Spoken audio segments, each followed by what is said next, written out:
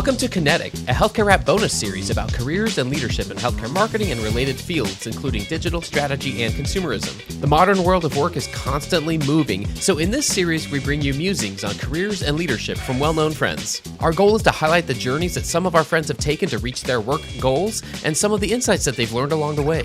I'm Jared Johnson, founder of the Shift Forward Health Production and Marketing Group. Over the course of this bonus series, we will be sharing exclusive interviews with an all-star lineup of experienced leaders. Today, my guest is Alan Shoebridge, Associate Vice President of National Communication for Providence. Let's get moving. So, Alan, I'm really excited to dig in. You and I were just speaking recently, and we noticed a gap out there. You want to recall that conversation? Because I thought it was really interesting that you and I were kind of seeing some of the same things. Yeah, well, I think this is a really important topic, kind of discussing how you can raise your voice in the industry and in a way that benefits your career in multiple aspects. You know, just thinking through, you have important things to say. And sometimes it's hard to get started, to know where to get started. But I think there's so much value in lending your voice to the conversation. And as you and I were discussing, there's so many people out there that have interesting perspectives.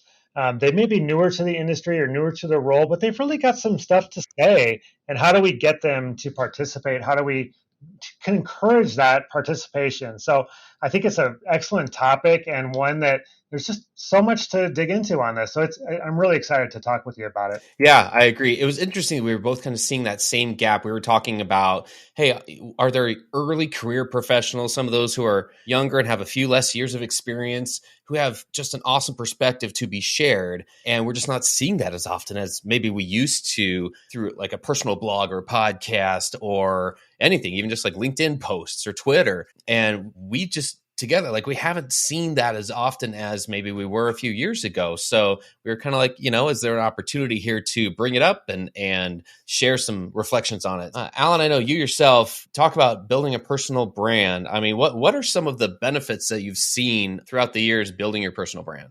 Yeah, well, I mean, at a very fundamental level, and I'm going to say this, it's never a bad thing to be known by more people for something good. So if you have a perspective on your industry, if you have skill sets, that it would be good just to promote that. Again, building a network, building a brand, and if people know you for something good, it's always going to have a benefit to you. I know people can be kind of a little bit hesitant to do that. It might feel like bragging. It might feel like I don't feel comfortable talking about myself. But you have to think about the fact that you're the most heavily invested in your career. You need to look out for your career growth.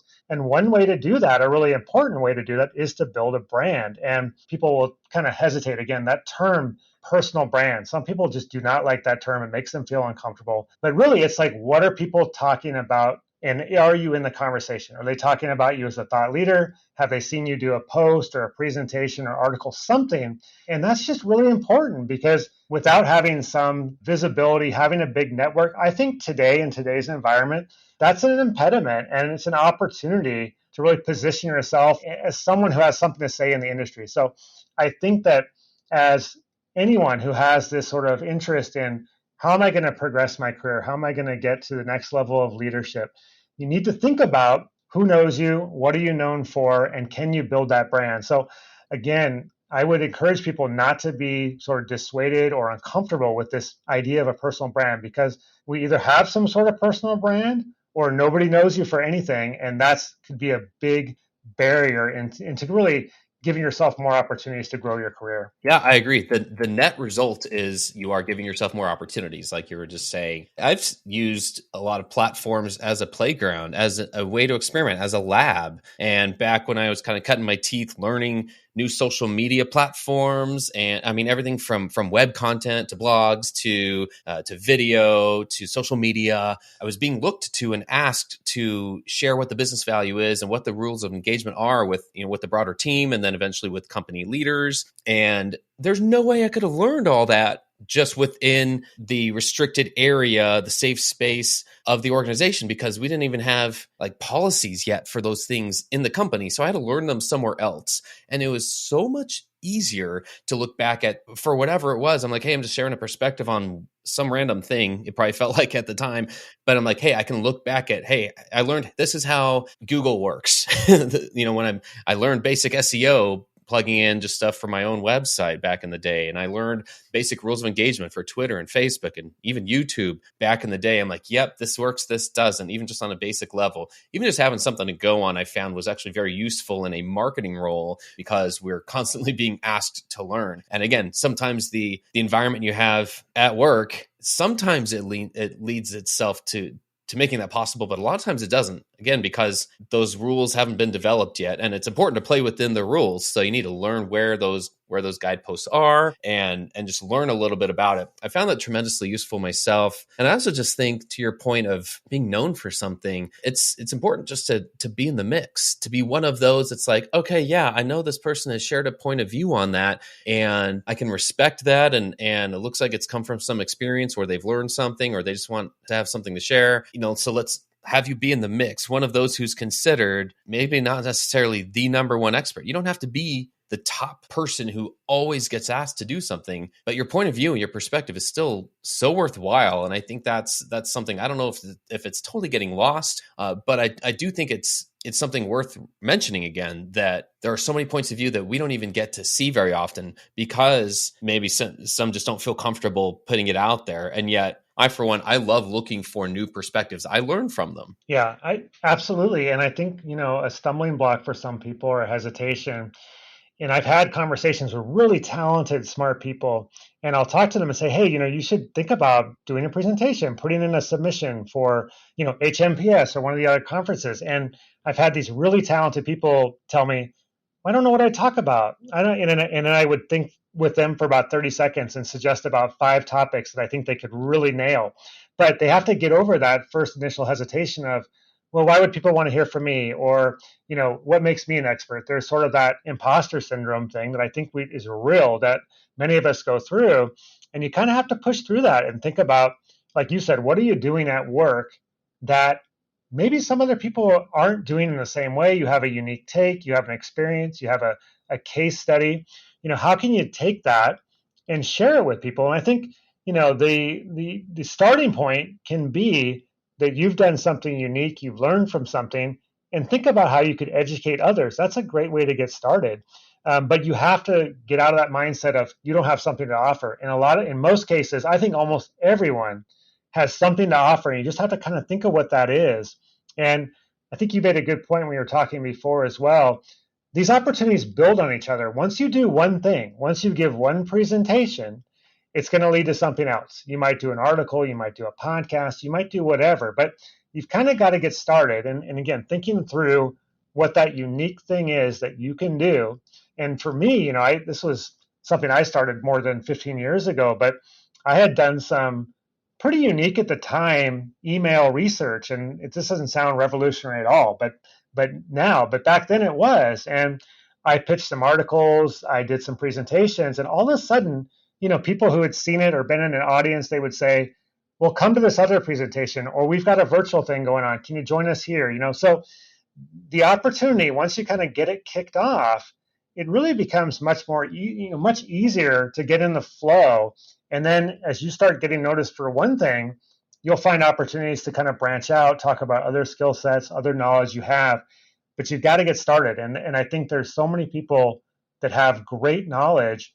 And I come back to there's a lot of opportunity for people like you and I to help coach some of these people, find people who have something unique to say and encourage them. And so I would talk to people who are listening to this today. If you're more in that mentor role, find these unique voices, help encourage these people to share their stories, because I think a lot of times they just need a little bit of support to kind of get off and get started. Yeah, 100%. 100%. I've seen that as well. And when I think in particular, the value of encouraging those who are earlier in their career, maybe have a few less years of experience, and really might feel like when they try to compare themselves to somebody who has been doing it for 10, 12, 15 years, man, I'm not going to get there. I want to put this call out there right now and kind of try to dispel that and remind everybody that we need a diversity of ideas and perspectives in every industry, especially ours. We don't have a monopoly on the perfect way of doing everything.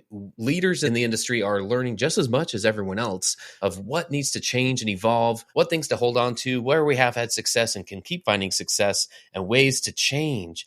And a lot of that comes by infusing new ideas into the marketplace, if you will. I've always needed that. I've always needed the diversity of ideas. It's too easy for me to just get locked into my point of view on something and assume that everyone should just fall in line with that. I've learned that is not the way that things work. It's safe to say. And besides that, I'm genuinely curious about what other points of view are anyway. So I think there's just a value in those who say, have 3 to 5, 7 years of experience, perhaps, that again, if they're looking to those who have just been doing it for a long time, that hopefully doesn't keep them from saying, well, I do have this one. You know what? I look at this thing, I've observed this thing from our team or from the industry, and I ask this question, but I would like to see some change. And I just don't know how to do it. Believe me, this is how change happens in the industry, is by people starting to speak up. And I'm telling you, we need more of that from people of more diverse backgrounds, from just seeing the world in a different way. Yeah, I totally agree. And again, it's something that, again, people like you and I can look for those voices. I think we need to help people. There's a big mentorship component of this. And one of the nice things, we're in this era, which is actually really nice in that you can connect with people. And I know LinkedIn is a big source for me. I've met so many people on that platform and sort of developed a relationship that's led to opportunities. Has, talked about partnering up on a presentation, or someone will say, hey, I heard you talking to Jared. Would you come on my podcast and have a conversation? So use those platforms that are out there. If you're just kind of getting started, make sure you're on LinkedIn. Make sure you're going to some of these things. If there's virtual conferences that, if you can't always travel, I understand that, but you can do things. You can get on, an hour webinar. Find out what people are talking about and think about what you have to offer, or maybe a different take on something. That's such a good way to get started. But I think one of the main things people really need to give some consideration to is building their network, getting established out, and sharing things of value. And there's so many strategies about how you can even start small. Like if you're building up a network on LinkedIn and you want people to kind of recognize you, and you find the right voices to listen to, you don't always have to post a lot of content yourself. You can weigh in on conversations. You can follow the right hashtags. You can use comments on things that are happening. You can see posts from people and respond and offer a take. But I just feel like getting started, building a network, is going to set you up for success. And as you start weighing in on conversations and then maybe having your own content more and more, people are going to turn to you as a voice. And, it's fascinating with social media because you can just reach people in a way that it just wasn't feasible like 15 years ago, maybe even 10 years ago.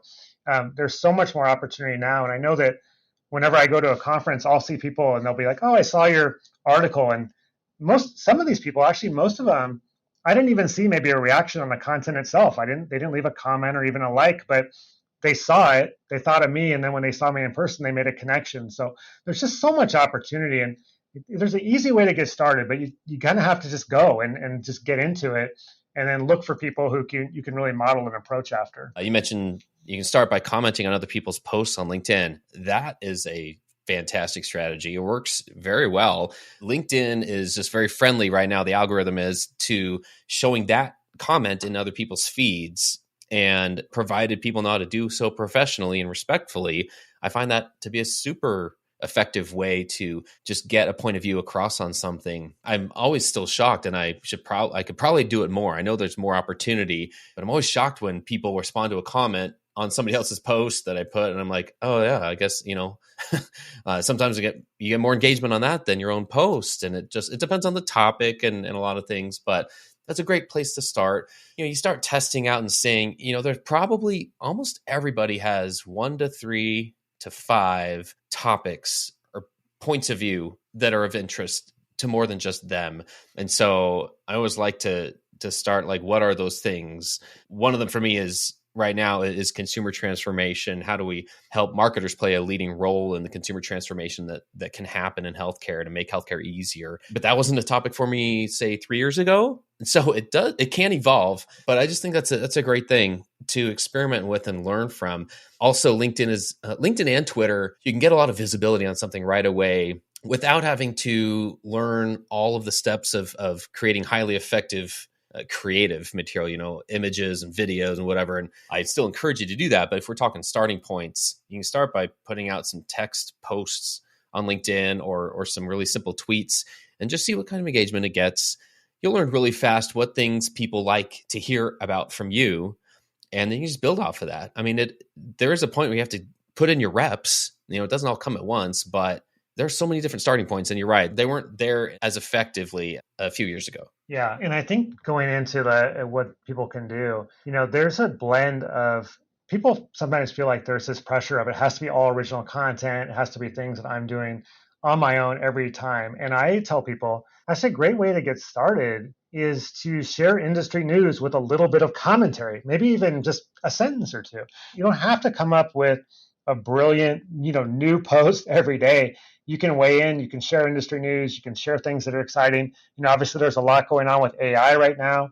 Do you share a story from somewhere on that with a couple sentences of commentary? Sometimes that's just a great way to get started. And you can really look to build your network through comments on others. Like that's so big. That's a huge one to mine. But you don't have to feel the pressure to necessarily do all this original content all the time. It can be a mix of that and showing some of your perspective on industry issues and just things that are going on in the workplace today. I would encourage people, that's a way to start. Just get started doing that. And you'll really build your network, build your connections, and build a little bit of a presence and a brand for yourself. That's such great advice here, Alan. Any final thoughts? Yeah, well, I just would encourage anyone who's thinking about this that it's important. And I want to reiterate the fact that do not treat having a personal brand as something you feel like is arrogant or bragging or is a dirty word. Having a personal brand is a good thing. It'll help you grow. Opportunities will come your way. And again, I would just say the more people who know you for something good, for something positive, for something unique, that can only be good for your career growth. So I would encourage it. And I'll just say one other thing. Even if you don't want to necessarily leave your organization or get a new job somewhere else, it is important internally too as well. So if you're kind of thinking about progressing into leadership roles, you want people where you work to recognize you, to say this person thinks creatively about the work that we do, they're respected in the industry, they have a lot of connection. That is also good for you. So this idea of building a personal brand, it's not about leaving where you work or any of that. It's just thinking about how you set yourself up really long-term for success and growth. Hey, hope you enjoyed this conversation. Stay tuned for our next bonus episode featuring Kathy Divis and some exclusive moments about the founding of Greystone and the Healthcare Internet Conference.